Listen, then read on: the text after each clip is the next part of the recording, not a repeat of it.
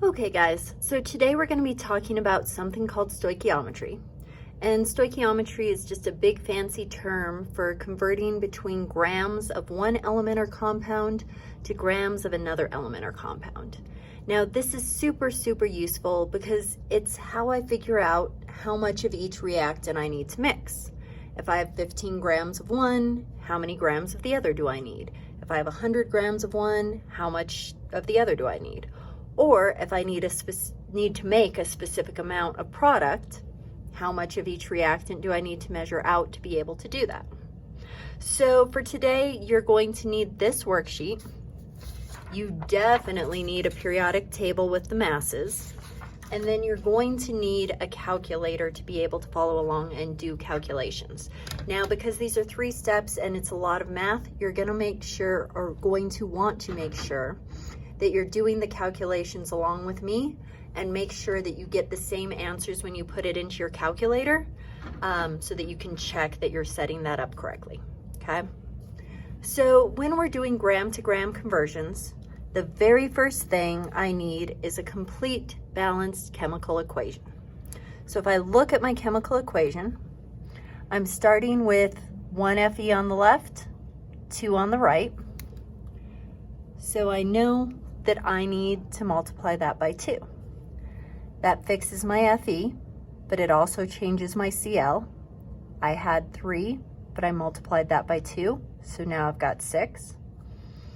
Over on the right, I only have 1, so I need to multiply him by 6. That fixes Cl. It also changes H. I now have 6 H's. If I look at the left, I only have 3. 2. So I multiply him by 3 to make 6, which turns out also fixes my S. Now I'm going to go ahead and put this 1 in here for my coefficient. You don't have to, but I'm going to need these numbers later on, so I want to make sure I've got them to work with. Okay? So here's what I'm going to be doing. I'm told that I have 58.9 grams of hydrogen sulfide. So I'm going to be changing from this, and I want to find out the mass, or how many grams of FeCl3 I need. Okay? So just like before, I'm still going to start with the number given.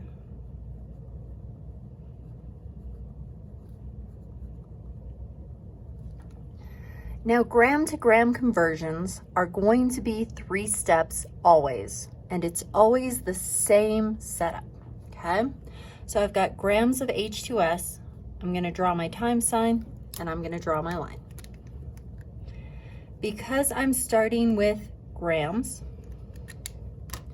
those have to go on the bottom, okay? Now in step 1, I'm going to change grams to moles.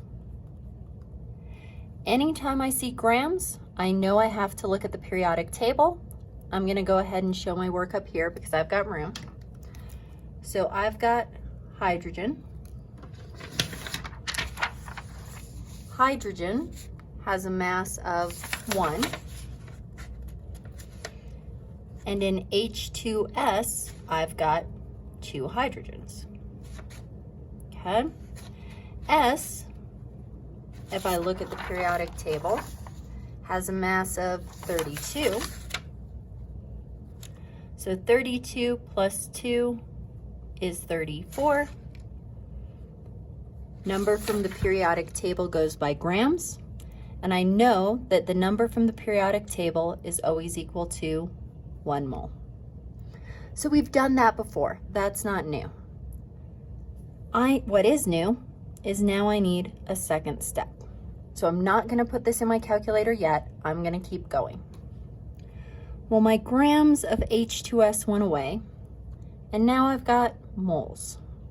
So I'm going to put moles on the bottom. Now, I started with H2S. The problem asks me about FeCl3. Now the problem asks me about the mass, or grams. Unfortunately, I can't go straight to grams yet. Anytime I change from one element or compound to another, I need to use my mole ratio. So we talked about this way back on like day 2, I think. So when we're doing one element or compound to another, I have to look at my balanced chemical equation. So FeCl3 up here had a 2 in front of it. So I'm going to bring that 2 down here. Okay. H2S had a 3 in front of it. So I'm going to bring that 3 down here by H2S. So the mole ratio is how I'm going to change from one element or compound to another. And I get these numbers from the equation. Okay? So step 1, I change grams to moles. Step 2, I change moles to moles. Now in step 3, I have moles of FeCl3, which I don't want anymore. So those go on the bottom. Okay. Instead of moles, the question asks me about mass, which I know are measured in grams. And I know anytime I see grams, I have to look at the periodic table. So if I look at the periodic table, Fe weighs 56. FeCl3, I've just got 1. Chlorine, if I look at the periodic table, weighs 35. FeCl3, I've got 3 of them. So 35 times 3 is 105. I add those two numbers together and I get 161. Number from the periodic table always goes by grams.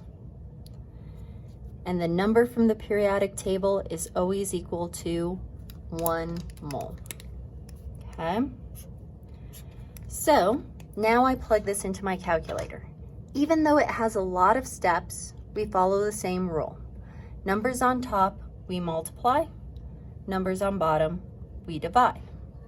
Any place I've got a 1, whether I multiply by 1 or divide by 1, I know it's not going to change the number. So I'm going to ignore every time I see the number 1. So I'm going to do 58.9 divided by 34 times 2 divided by 3 times 161. Okay? So when I plug this into my calculator, I should get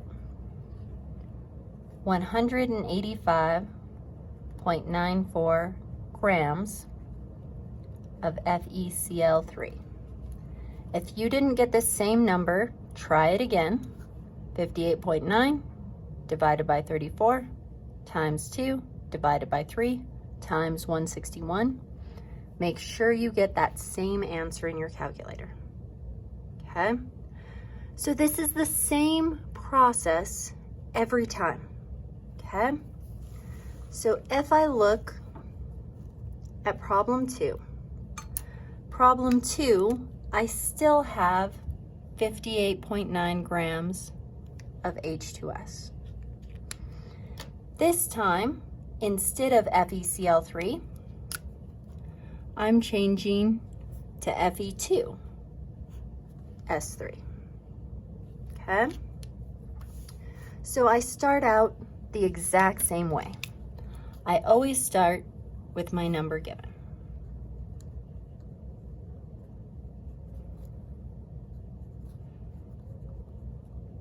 So here I've got 58.9 grams of H2S. I draw my time sign, I draw my line. Because I'm starting with grams and I want grams to go away, those go on the bottom. Remember, anytime we see grams, we get that number from the periodic table. Now, because I've already added up H2S in problem 1, I don't need to add it up again. I've already done that. I know it weighs 34 grams, and I know the number from the periodic table is always equal to 1 mole. Okay, so step 1, I'm always putting the number from the periodic table on the bottom. Step 2, I need to get rid of moles of H2S, so that goes on the bottom. Instead of moles of H2S, I want Fe2S3. Now the question asks me about grams, but I know that whenever I change from one element or compound to another, I have to use the mole ratio to do so.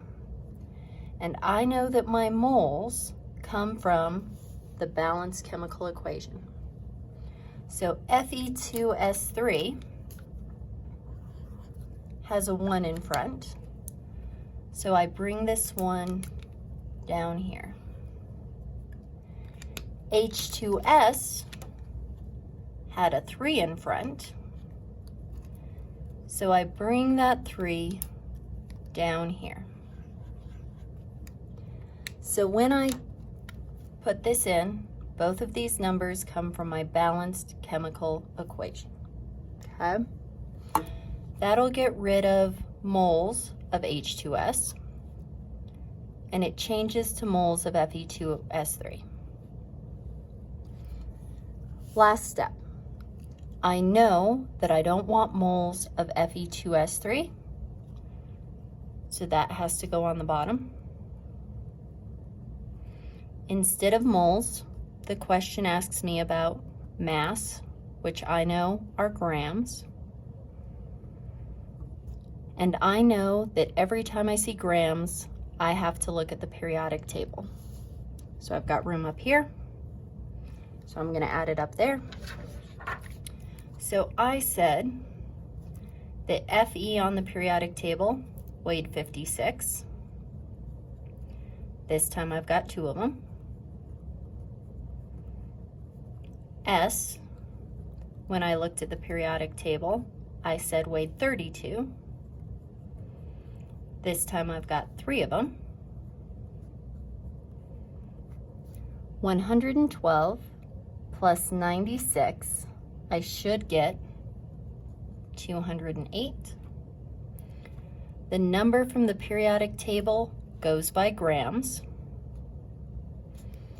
And I know that the number from the periodic table is always equal to 1 mole.